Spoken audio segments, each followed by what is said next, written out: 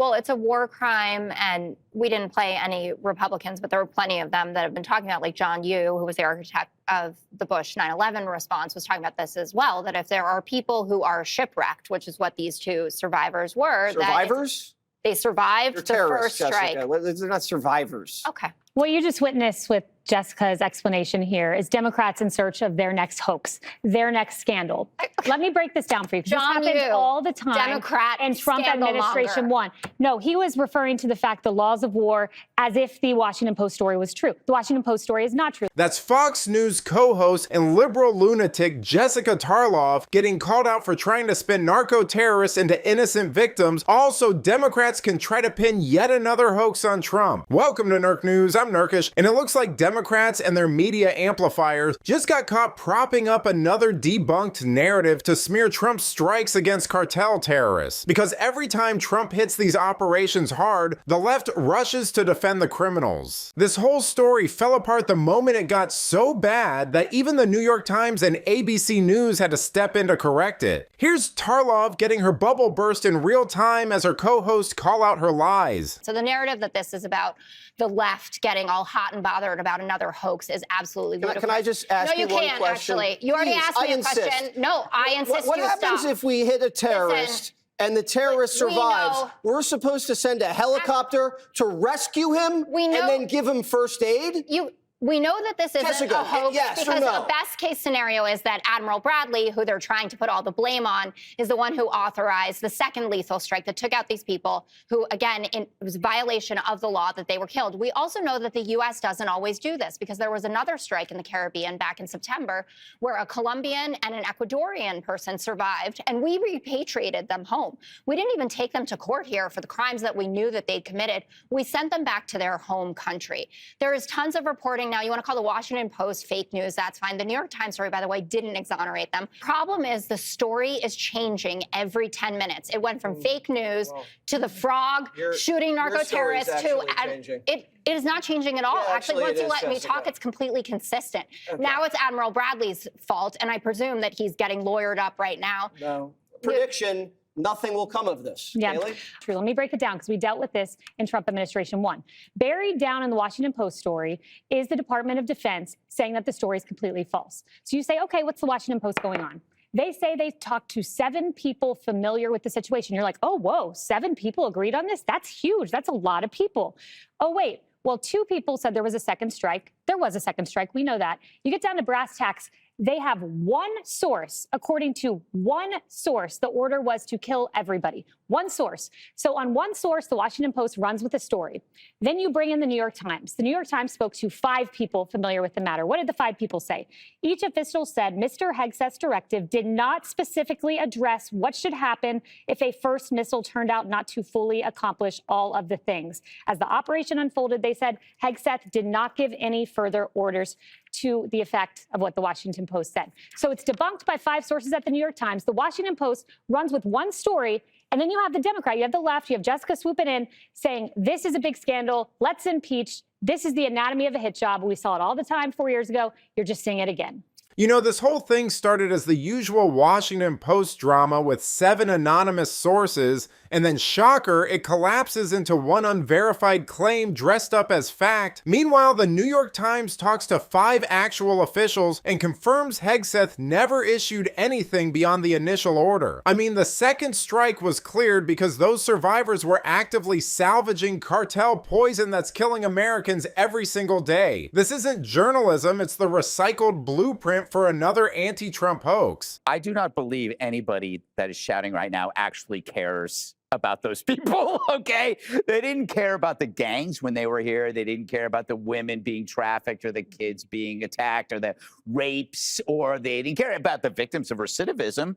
They didn't even care about the victims that we talked about for years, women being thrown in front of subway trains. They only care about victims when it becomes political expedient, when they see an election approaching. They don't know. Suddenly they're experts on war crimes. They all went on AI and went like, what's a war crime? Could this really happen? You know, I do not believe they care. I refuse to invest any amount of caring on those people on the boat because they are terrorists. If you have not developed the hoax instinct after the last 10 years and your reflex is still to say, wow, this sounds really bad, you need a reverse lobotomy. Let's compare a story that harms, say, the Trump administration versus one that harms the left. Okay, when a story suddenly erupts around Trump, it's taken as fully realized, structurally sound, a seasoned oak of facts. Meanwhile, the Minneapolis corruption scheme has been emerging for 3 years. We were screaming about the border for 4. We were talking about the trans issue. Nobody was listening. We were talking about real stories that didn't become real to Democrats until they lost an election. It's never about concerns for people. Oh, it's only political. This story was so flimsy. Even Mark Kelly was reluctant to say it was a crime because he knew what he was going to say was a matter of opinion in a gray area. From a common sense perspective, it'd be great to kill a terrorist while he's terrorizing. But what are the odds of that? He's either running to terrorize or running away. You know, Democrats calling narco-terrorists shipwrecked sailors shows how far gone their moral compass is. I mean, I wish they'd shown even a fraction of this outrage for the 2 National Guard members who were murdered in D.C. recently. Instead of bending over backward to defend scumbags again. Their credibility evaporated years ago, and this meltdown just seals it. Admiral Bradley, who is in charge of the military operations in this theater, testified before Congress in a closed, classified setting, and he told them something very simple about this boat strike from September the 2nd that everyone is talking about. He told them he made the decision to strike the boat multiple times with the full consultation of a military lawyer and in accordance with lawful orders from the Commander-in-Chief and the Secretary of Defense. Bradley said there was no, quote, kill them all order given by Defense Secretary Pete Hegseth. That's what the Democrats and some in the media have claimed, that Hegseth gave a kill them all order. Bradley, under oath, said that did not happen. There are no illegal orders. There is no unlawful attempt to murder 2 poor fishermen clinging to a shipwreck. There are just narco-terrorists, their drugs, and a president's determination to stop them from flooding our country with that poison.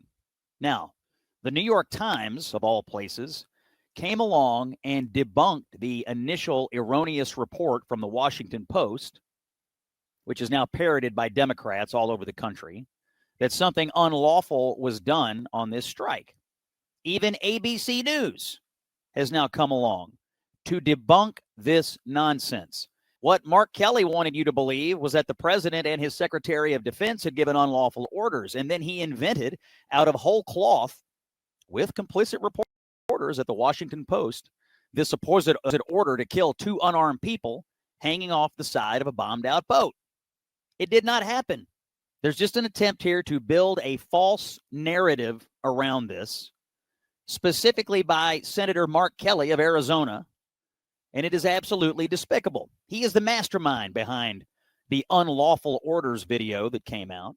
He is the distributor of the narrative behind this debunked Washington Post report that Pete Hegseth had done something unlawful. You know, once you look at the larger picture, it's clear why Democrats are losing their minds over this. Cartel networks linked to Venezuelan outfits like ELN have been moving record amounts of fentanyl toward the US, and overdose deaths have climbed past 80,000 a year. I mean, Trump's designation of these groups as foreign terrorist organizations is exactly why the military is finally hitting them hard. Jennings calling out Mark Kelly matters because Democrats keep using people with uniforms or badges to push political hoaxes. It's the same strategy they used with the 51 intel officials during the Hunter Biden laptop cover-up, and it's the same machine running the same playbook. But let me know what you think. Did this entire hoax blow up faster than Democrats expected once real facts came out? Let me know in the comments, and if you enjoyed this video, please give it a like and subscribe to the channel. That stuff really does help us out. Until then, this has been Nerk News. Thanks for watching. Bye.